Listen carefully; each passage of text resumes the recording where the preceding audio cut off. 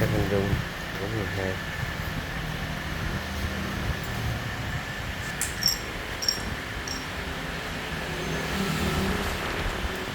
Sửa xong phần nguồn rồi về đó con rung kia.